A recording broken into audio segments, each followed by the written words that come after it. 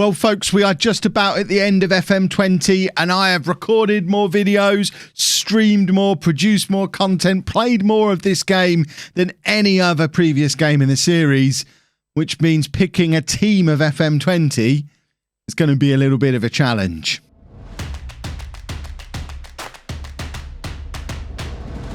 Hello, folks, and welcome to my team of FM20. I'm Kev, and over the next however many minutes left on the video, I'm going to be taking you through my best 11 of players who've appeared in any of the saves that I've had on FM20 this year. So that includes the beta saves, that includes everything we've done on YouTube, it includes the Twitch saves that we've done as well, and I'm going to be putting together my best 11. If that sounds like something you think you're going to enjoy, make sure you leave a nice big thumbs up on the video. They all help. And of course, with FM21 on the horizon, you're going to want to make sure you subscribe to the channel, notifications on, because the moment the beta for that game drops, I am going to be throwing content at you like nobody's business. And if you want to get involved in the FM21 action too, you can pre-order the game down using the link in the description below at a discount off the price that's currently available on Steam and Epic. Saves you a little bit of money, but also helps support the channel as well. It's win-win for everybody. Should we get into the team of the save? Now, it's fair to say I've spent more time considering this team of the save than I have on just about any of the other significant life decisions that I've made recently, which is a little bit of a worry. I've been talking about it on stream. We've been tweeting a lot about it. I've taken lots of your thoughts on board, but ultimately this is my team of FM20. And if you disagree, if you've got a different team in mind, that's what the comment section is for. Let me know who would be in your 11. But the first thing we needed to do was pick a formation. For me, it seems obvious it's got to be the 4-3-3. We did use a few other systems throughout the game, but I think all of our Champions League wins came with a 4-3-3 vertical tiki-taka. And I think that was also how we won the Streamer Showdown as well. So it's clearly the tactic that we need to use for our team of the year. So we're going to be picking players to fit that system, which does mean it's going to be just the one striker and no attacking midfielders. But I can't think of too many players who would be on the shortlist for those positions, really. They've not been our positions of strength this year. But we are starting things off with our number one shirt, with our goalkeeper. And there was only one save I could fire up to find the goalkeeper. And of course, it's the Apollon save, because in Apollon, we had the best goalkeeper in the world, Gianluca Tennessee. How could it be anyone but this guy in goal? He came to us for just £5.5 million in the group of players who all signed from River Plate at the same time. We initially had a little bit of an issue with him being one of many non-EU players that all turned up at the club. So his first season, he was kind of in and out at the side. We had Osman Calendar, the Turkish international, who was kind of rotating with him, and we were struggling to fit him in. And it shows just how good Tennessee is, because when we decided to go with him and sell Calendar on, he ended up playing for Arsenal, where he's been the first choice goalkeeper at Arsenal for the last 6 years. That's the caliber of goalkeeper this guy fought off as a teenager. And since then, he has played a lot of football for Apollon. Doesn't necessarily, I mean, you look at the league, it shows how much rotation we've done in the league, that he never really got above 25 games, or didn't ever get above 25 games for the season. But he was always playing in the Champions League. He was always our main man. So, I mean, that year, 8 Champions League games, 13 international games, European games that year, 8 that year, another 8 there, 14 there. He was pretty much ever present for our entire run in the Champions League in this save. And there was no real other candidate. I did consider going with Papas, the goalkeeper from the home save that we've been doing over on Twitch. He certainly produced probably the best save I've ever seen in Football Manager, which if you haven't seen the Twitch clips video from the other day, you should go back and check that, because that save is in there. And that save alone was almost enough to get Papas into the side. But really, it was always going to have to be Tennessee. Right back, we've got the first of many players who were part of this Bayern Munich team and some of our other teams as well. I mean, our success in non-lethal legend this year was very much built on having some incredible defenders. Dombrowski gets the nod at right back. Jair is probably going to be pretty upset at not getting in himself for his exploits at Tottenham, but Dombrowski was just something else. Now, these are stats actually way beyond the end of the save, because I haven't got a save point from there. These are the save. This is the save 5 years in the future, I think. Although that doesn't necessarily. Maybe this is at the end of the save. But yeah, this is Dombrowski. He was just, I think I described him at the time as like the Jonah Lomu of football, 6'7", ridiculously fat. This is a 6'7", 15.5 stone right back with 15 acceleration, 15 pace, who can hit the ball like he really has fallen out with it. And he's scored some incredible goals for us, charging forward from right back. I think they're the 2 seasons I was managing him here at Bayern. And he was just incredible, just sensational. One of the best right backs I've ever had in Football Manager, and I'm the guy who had Vladislav Lazarov years ago. So Dombrowski, fantastic at right back. So our first centre-back in the squad is actually the only member of the back four who wasn't part of the Non-League to Legend series, and it's Ryan Lawson, the only channel member who makes it onto the list. Ryan Lawson was one of the main reasons why the Apollon save was able to be successful. He came through our youth system right at the start, came straight into the team as a 16-year-old in our first season in Super League One, was so good that we ended up having to sell him almost immediately to Manchester City for £5.5 million, which seems like they got an absolute bargain. But you do have to take into account that at the time we were £3.5–4 million in debt. And if we hadn't have sold Ryan Lawson when we did, I think Apollon probably go out of business. So he saved Apollon with his sale and then came back on loan to us for the next 5 years and established himself as a proper elite level top European centre-back and helped establish us as champions of Greece, establish us as a Champions League side. Eventually, it got to the point where Manchester City didn't want to keep loaning him to us. They finally did bring him into the fray there as a member of their first team squad, where he only actually played for them for a year and a half before going to Barcelona for £94 million, where he's been a regular member of their back four ever since. Rarely misses a game. He actually partners Jair at the back for Barcelona now, one of our other former defenders. So it shows just how good the centre-backs we were able to produce in the Greek Odyssey were, that we've now got the starting centre-back pair at Barcelona come the end of the save in Lawson and Jair. But Ryan Lawson absolutely has to be on the list. And Jair, if he'd have stuck around for a little bit longer, could have made the cut as well, but not against this guy. And of course, it's Laszlo Banfalvi. There was only ever going to be one choice for my first choice centre-back in this team of FM20. He followed me around a bit in this save. We first signed him at Tottenham for £89 million, and everyone thought I was mad until they saw him play, and we realised we had an absolute superstar on our hands. I then paid even more to bring him to Bayern Munich, and when he came into that Bayern Munich team, he then had a period of about a year and a half across, I think it was it? You'll have to let me know down in the comments. I think it was across either Tottenham and Bayern, or it might have been across Bayern and Barcelona. There was a period of about 2 years where Laszlo Banfalvi didn't lose a game of football. If he played, we won, because he was that good. And I don't regret any of these transfer fees I spent on him. So we took him to Tottenham. We then took him with us to Bayern. We then took him with us to Barcelona. And you can be damn sure we'd have taken him with us to Manchester United as well if he hadn't have been 30 years old and still far too expensive. I mean, for a 30-year-old, even I struggle. But what a career he's had. Just an absolute legend. Even at age 30, he's already considered a legendary centre-back. Played 147 times for Germany, still adding to that number as well. He's won the Champions League multiple times. He's won the World Cup. He's won the Olympics. He's won the Euros. There is not a trophy in football that this man hasn't won, other than, I guess, the Premier League, which probably would be a reason to take him to Manchester United. But I didn't.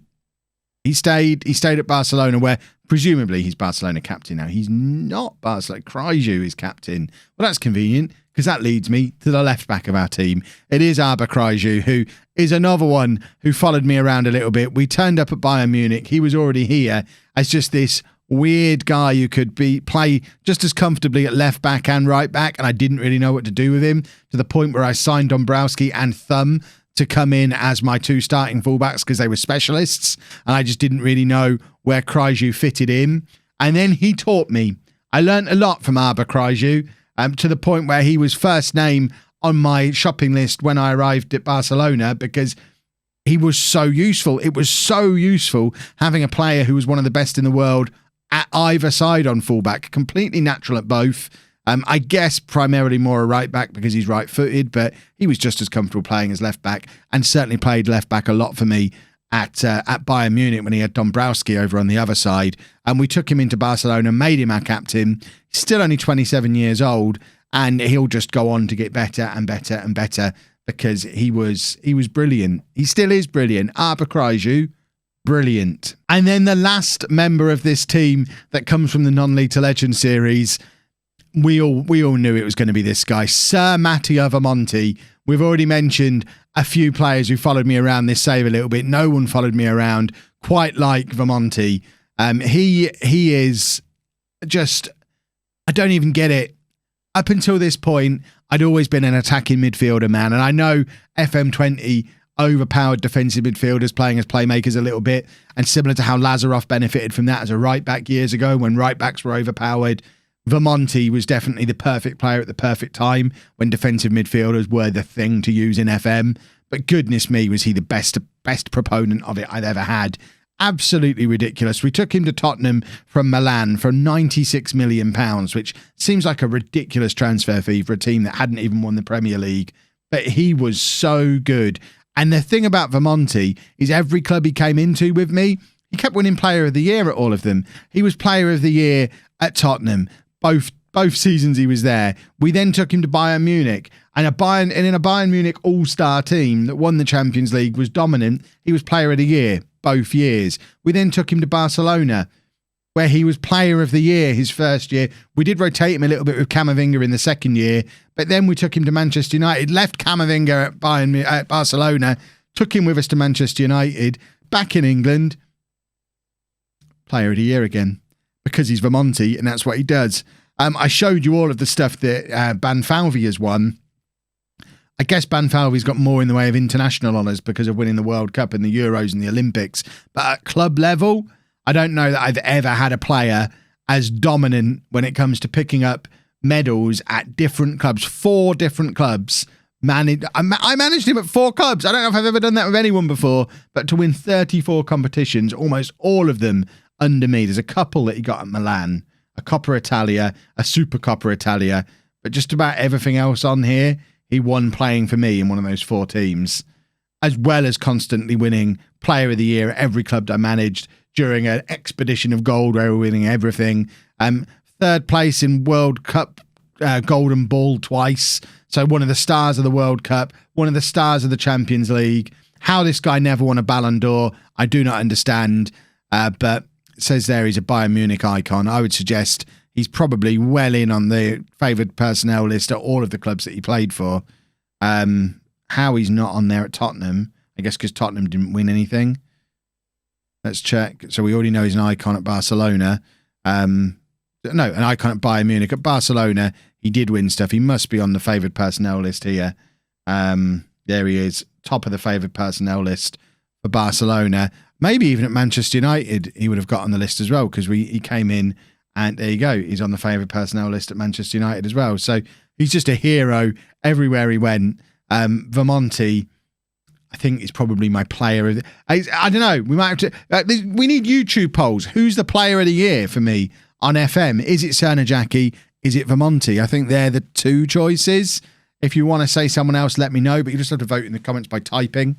And we'll just have to see which one looks like it was the biggest one. But Vermonti, superstar. The final representative from the Greek Odyssey then is Paul Duffy as one of our central midfield options. I'm not entirely sure what role he's going to play in there. He often played as a Mazzala for us, which I guess he could pick up for the team of the year. He obviously can't be the playmaker because as good as he was no Vermonti. But Paul Duffy, by the end of the save, had become an Apollon legend, and I think deservedly so. He came in on loan with Damien way back when we were freshly into Super League 1. The emergence of Ryan Lawson, the loans of Duffy and Damien, they're part of the reason we were able to establish ourselves as a top Greek team as quickly as we did after promotion. So he came in on loan from Southampton, who were our parent club at the time, and we were able to keep bringing him back on loan again and again and again and again. And he was actually in the middle of a 2-year loan with us when we sold Bozic to Borussia Dortmund for around about £40 million. And it just seemed like a no-brainer to hand that 40 million straight to Southampton and make him a permanent signing. He's been with us on and off for 12 seasons by the time the save ended. Yes, there was a few times where he tried to get away, but that's only because he's so good. He's a player who's played 51 times for England. He's a world-class central midfielder.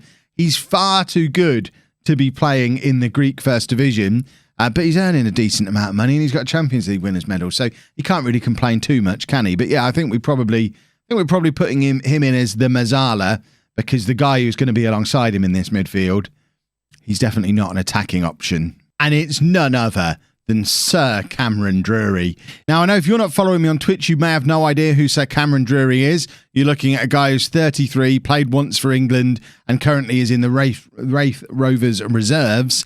That's a mouthful. Why on earth is he in? It's because he was Mr. Home this year. Bearing in mind some of the players we got in the home save who came through the youth system on YouTube last year, the likes of Powell and Phillips and Harris and Fernandez. And of course, Dean Morris, who, I mean, he left and came back. Forgot about him. But none of them, I genuinely think none of them had the same impact that Sir Cameron Drury had for home this time round. He came through our youth system when we were down in Tier 8. He was in our first youth intake in the first season and was so good that we brought him straight into our team in Tier 8 in the first season. He played 4 games at the end of that season, and he was pretty much ever present from that point on until we hit the Premier League. It was absolutely astonishing. We appointed him captain when he was 18, and he just led us to promotion after promotion after promotion without ever being spectacular. Just a very, very solid central midfield player, good captain, kept things ticking over, and just the absolute ridiculous number of games that he played for the club, even getting 13 games in the Premier League. And of course, we all who were there in the stream at the time will remember the moment where he made his England debut and scored an absolute screamer for England as well. He's one of those players who's in the 1 cap, 1 goal for England club. And Sir Cameron Drury is the home legend of the Twitch save that we've done this year. And he was, I would say, with Vermonti and Banfalvi, there were 3 names that were first on this team sheet. It was Banfalvi, it was Vermonti, it was Cameron Drury, because Drury is our captain, and he's the captain of this team as well, because I've never had a player be in the team on merit through that number of promotions. Mick Powell, by the time we got to the Football League, was done. Lerick Fernandez, Anthony Harris, Dean Morris, they all left. Shane Phillips, he was never any good once we got past sort of League 1, League 2. But Sir Cameron Drury, genuinely in the team on merit all the way through that Championship promotion season, having come through in Tier 8. And that is absurd. Sir Cameron Drury, what a hero. What a hero this man is. When it comes to wingers, I couldn't look any further than the Bourne save. The great thing about this team was the wingers that we had in it. Yeah, we had some great players in other positions as well. De Silva, Arango, they're probably going to be a little bit disappointed to miss out on making it into the squad. Addo, possibly as well. But really, the standout, exciting thing about this team was always the attacking players. Gomez, who maybe fell out of favour towards the end of the series, but Cernajacki and Cook, who were just sensational throughout.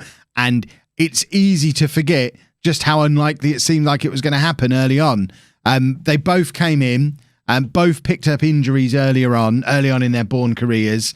I think that's the season where Cernajacki had 2 long-term injuries back-to-back and became considered injury-prone. There you go. Are they the 2? No, it must have been somewhere he had, or was it Cook who got injured twice and Cernajacki just had 1? Hold on, we're just doing these 2 together. They're a pair. Yeah, in fact it was Cook who broke his foot and then immediately broke his ankle as well, and around the same time Cernajacki was injured. And we learned during the second half of that season how much we already relied on these 2 young players, because without them we were entirely lost. So we've got Sir Mitar Cernajacki on the right hand side of the midfield, who I think is a very good shout for him being the most impactful player we had for any club throughout the entire save. Wasn't necessarily the best player we had in the whole year, because I think Vermonti or Banfalvi probably have solid shouts for being the best players that we had at any point this year. But I think for impact for the club he was playing for, Cernajacki at Bourne, even more of an impact than someone like Damien at Apollon, or even Drury at home, because Cernajacki came in for just £4 million in our first season in the Premier League. Signed in the same summer as Christian Gomez, remember? And the two of them just went on to tear it up for years and ultimately winning the Premier League, winning the Champions League as such a goal-scoring threat from the right-hand side of midfield. 23 goals in that one season, but he was always banging in the goals. 12, 10, 5, 23, 14, 15, 11. Assists aplenty as well. Always a high average rating, apart from that 1 year when he was injured. Samita Sernajaki, just brilliant. And of course, how can we forget what he did in the Champions League final as well? And the fact that we ended the save when he was only 26 shows just how good he ended up being. And of course, we did that video where we took him and put him in modern day as well. And I think he became a lifelong superstar hero at Bayern Munich. That video is somewhere on the channel. You can go and hunt it out if you want. But Sernajaki wouldn't look out of place in a top team now. And he certainly didn't look out of place. In fact, forget that. He looked really out of place in this Bourne team because he was far too good for it. But goodness me, am I glad we had him. And then on the other side, perfectly complemented by Lee Cook, a proper, genuine English wonder kid. We signed him from Aston Villa when he was only 18 years old, off the back of a season where he got 10 goals, 10 assists in the Championship as a teenager. £43 million was a lot of money and a big risk for a teenager, especially a teenager who came in, didn't set the world alight initially, got a few injuries early on, and I was worried. I think we were all a little bit worried that we might have just broken our new toy by getting him too injured too early. But then he came back. He just got stronger and stronger as the save went on. Still only 24 at the end, so there was a bright future ahead of him for Lee Cook. And in that final season, just shows how good he was getting. 12 goals, 8 assists, a 7.13. I think you'd consider that the best season of his young born career. 43 caps and 17 goals for England already as well. He would go on to have a very, very, very good career. Lee Cook was a superstar on the left-hand side of the midfield. Claudio Sanchez might be a little bit upset that he misses out. The likes of Gashi in Non-League to Legend might be a little bit upset that they miss out. But I think if we're looking at wingers, it's got to be Cook and Sernajaki. Now, our striker has the potential to be a little bit controversial, especially for those of you who are only here on YouTube and don't watch the Twitch stuff as well. I hear what you're saying about Gomez. I hear what you're saying about Damien. And I think if we'd have stopped the home series a season before we did, they both would have been probably would have been Damien, maybe would have been Gomez, probably Damien. But I actually think in terms of just raw ability, not necessarily contribution to the team as a whole, because he only did one season with us. And at the time of recording, we've not even finished that season. But Fabio at home, he is the best striker that I've had in FM20. He was better than Philippe Leonard, better than Damien, better than Christian Gomez, better than Domenico.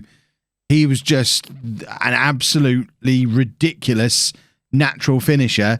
At one point this season, he had 35 goals from 34 games in all competitions. He's only actually scored 1 in 10 since then. So maybe I'm naming him in the team of the year a little prematurely. And perhaps by the time I finish the season, perhaps we won't win anything. And perhaps Fabio's gone completely off the boil. I'll quickly sneak Damien into this team maybe, or Christian Gomez. But as it stands right now, I can't in good conscience pick a better striker than Fabio that we've had this year. He joined us for £50 million from a Leicester team that got relegated from the Premier League after scoring only 12 goals in 2 years for them. We ummed and ahed all summer about whether Fabio was the right man to bring in, and ultimately took a little bit of a risk on him because we knew it was going to be our last season. We had a little bit of a splurge and absolutely rewarded by it. Fabio is the key player. In fact, he's not. Cardoso's now the key player. When I was planning this video, Fabio was considered the key player at a club that is performing higher than any level it's performed all year. He's made his Brazil debut. He's scored his first goal for Brazil. He's only 23 years old and he's only going to get better. So I think Fabio has to go in, possibly with an asterisk next to his name, that if we did 5 years in the future and he wasn't any good, we'd maybe swap him out for Damien. Maybe. Gomez. Not Leonard. Leonard upset me with what he did in his second season and what he did at Man United. So there we have it. That's the team of the year. Tennessee in goal. Back four of Kryju, Lawson, Banfalvi and Dombrowski. Vermonti at the base of the midfield. Duffy and Drury ahead of him. Cook, Fabio and Sernajaki as a front three. That team would probably actually be able to win the World Club Cup, which none of them could do individually. I do have some honourable mentions. My substitutes bench. I've got these written down so I don't forget anybody. So my subs, 7 subs, I think that's reasonable. Papas, Solazano, Da Silva, Sanchez, Gomez, Gashi, Damien. So that's my 18. I would take that 18 into any streamer showdown and become Kevy 5 times without any question at all. But like I said at the start of the video, this isn't just about me telling you my team of the year. I want you to tell me yours down in the comments section as well. So who would be your team of the year based on the series that you watched? Obviously, if you only watched 1 or 2 series, you just have to base it on those. If you didn't watch Twitch, you can't include them. I get all that, but who would be your 11? Let me know down in the comments section below, and I will very much enjoy reading through them as I'm continuing to faff about with the house move that is, depending on when I release this video, potentially already happened by now or is happening, or I don't know. Time isn't even a thing anymore. But if you have enjoyed this video, please make sure you leave a nice big thumbs up on there for me. Subscribe to the channel and turn your notifications on to make sure you don't miss out on FM21 content the moment that starts appearing on the channel when the beta drops. And thank you very much for watching.